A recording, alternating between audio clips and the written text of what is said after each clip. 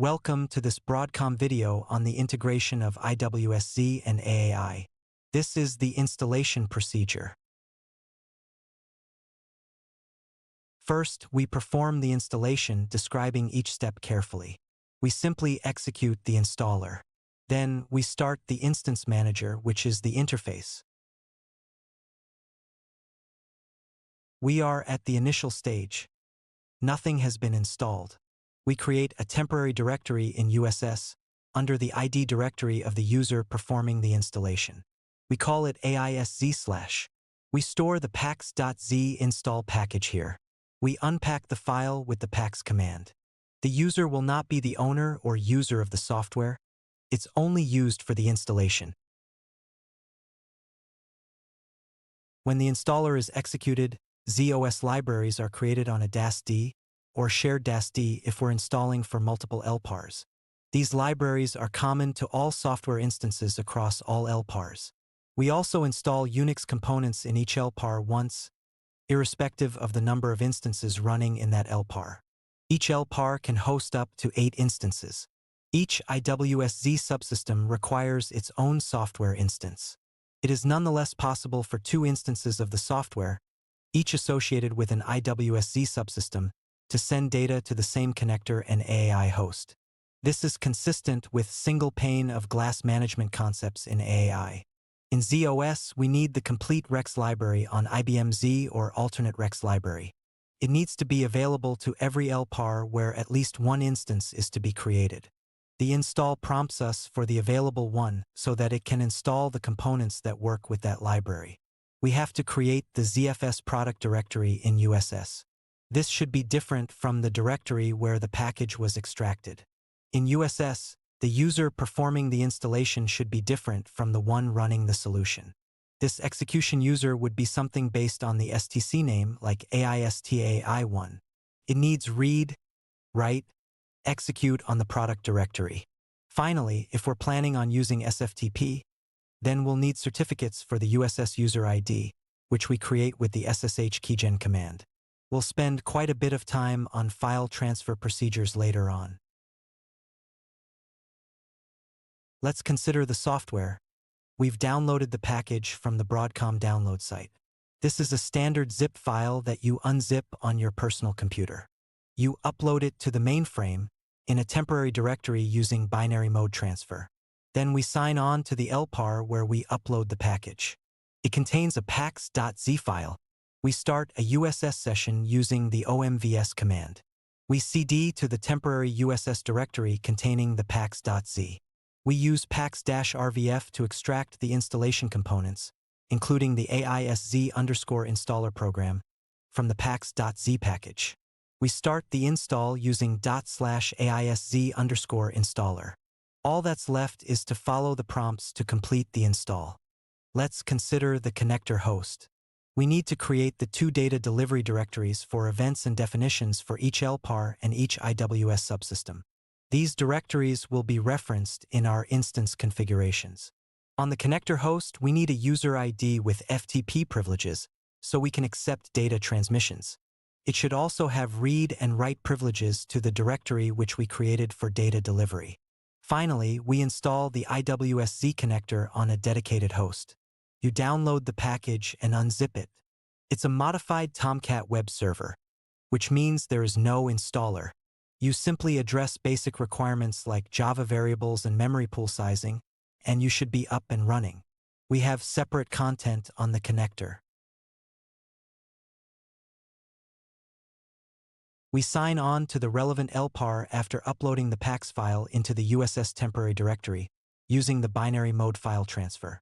Once transferred to IWSz, we start IWSz using the omvs command, cd to the temporary directory, and extract the installation files using pax-rvf. We then execute the AISz installer script from within the IWSz directory where we extracted the contents of the pax.z file. This starts the installation. We have 2 options, the full install and the IWSz module deployment. Option 1 includes all ZOS libraries and will be prompted for the HLQ. We'll need to enter the management class, storage class, data class, and volume serial and the mainframe team should have no problem using the information in the documentation. Finally, we'll type in the IWSz product directory for the installation of the Unix components. Option 2 is limited to those Unix components. This is only appropriate when the software has already been installed and we need to create an instance in a new LPAR. This means all of our software instances across all LPARs will use the same IMS and its library, called custlib. We select option 1 and press enter. We have to specify the high-level qualifier for our ZOS components. 3 essential datasets are created with this HLQ. In the next screens, we'll be prompted for a number of elements like management class, storage class, data class, and volume serial. If this is a non-production instance, you can keep the defaults. We're prompted for the product directory on IWSz, where the Unix components will be installed for the LPAR. We're prompted for a number of confirmations. We can simply type Y and enter for each. The procedure takes a few minutes. Eventually, the system informs us that the installation was successful. The final message provides the command necessary to start the IMS ISPF interface to continue with the installation and implementation process. This command should be copied and saved for later use. These are the resulting ZOS datasets and IWSz files. We've created 3 datasets in ZOS.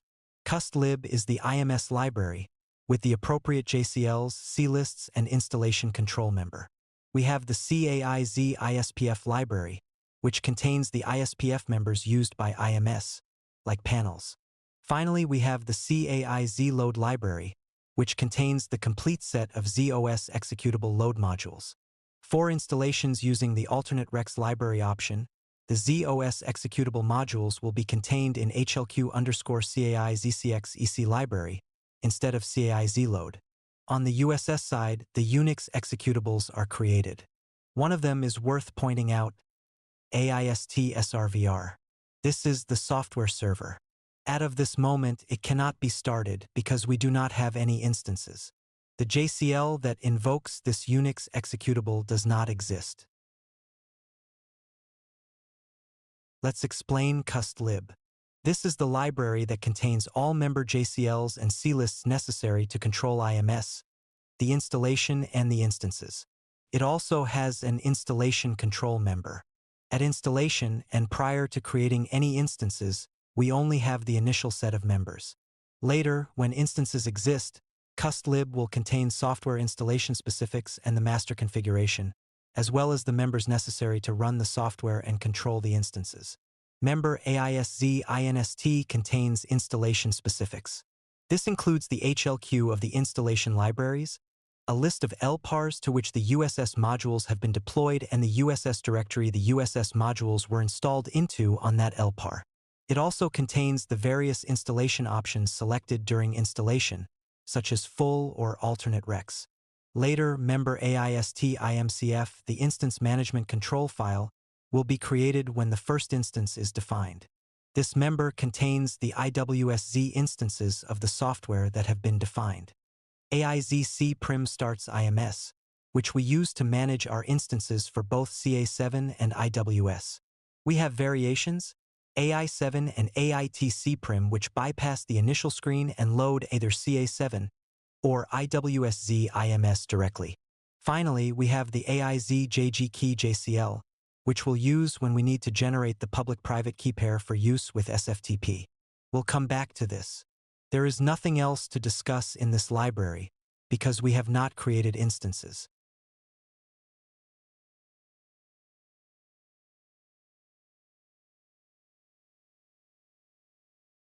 Let's start IMS. We list on our HLQ. We find the custlib library. We use the E option. We execute clist AIZ cprim, which invokes the generic IMS. Remember, the other 2 prim clists bypass the generic version and go straight to CA7 or IWS. We're in IMS. We select option 2, IWS. We're now in IMS for IWSz. If this was a brand new installation, you would not see the screen, you would be taken straight to the Add option, which we cover next. The reason we're in the Instance Manager is because we already have several instances. Thank you.